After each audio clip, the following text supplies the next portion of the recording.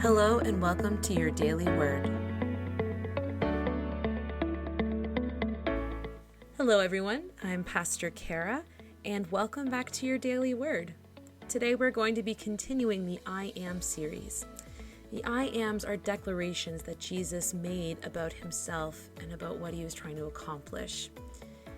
You can find them in the book of John, and we've covered 3 already. Jesus said, I am the bread of life, I am the light of the world, and yesterday we covered, I am the gate. We're going to continue in the same passage, John chapter 10, to find the next I am.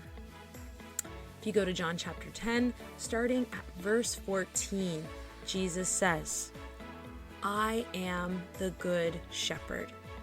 I know my own sheep, and they know me, just as my Father knows me, and I know the Father. So I sacrifice my life for the sheep.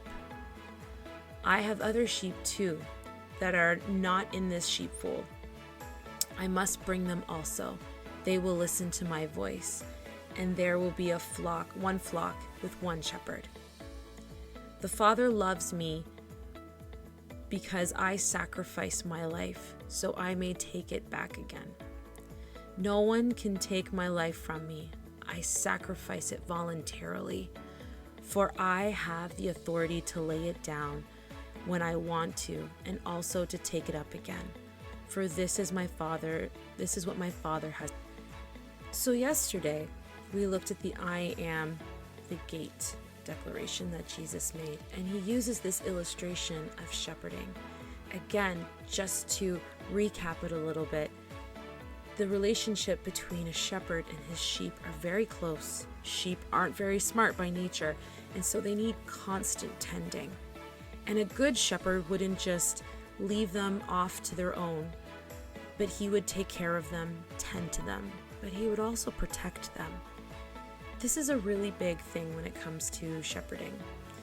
We talked yesterday about the gate, when at the end of the night, the shepherd would bring in the sheep to this gated, fenced-in area where they could come and rest and be protected from thieves and predators. But one other thing a shepherd would do is that he would lay down in front of the entrance. Now, why would a shepherd do this? He's been out with his flocks all day. He's been guarding over them. Why would he not go and then make himself a nice bed and go and rest off into the corner? Why would he stay with his sheep? But that's what a good shepherd would do. Because even though it was a safe place to be, there were still people that could try and come into the gate. There are still people who would try and jump the fences. His sheep still needed to be watched. And the shepherd would lay down in front of the gate, being a barrier between his sheep and the dangers of the world outside. When Jesus says, I am the good shepherd, and my sheep know me, and I know my sheep, he also says that he will sacrifice his life for his sheep.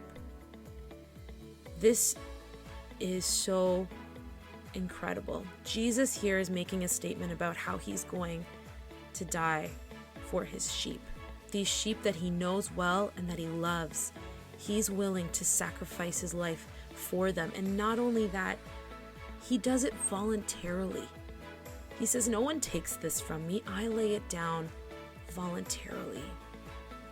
Jesus is showing to these people right now that not only do I want a relationship with you, that I want to know you and I want you to know me, but I'm willing to die for you. I'm willing to die to protect you from the things of this world, to protect you from the sins of this world, to protect you from the enemy of this world. I'm willing to lay down my life for you, my sheep. Jesus is the good shepherd. And not only did he say those things, he did them as well. Jesus went to the cross. He died a brutal death for our sins.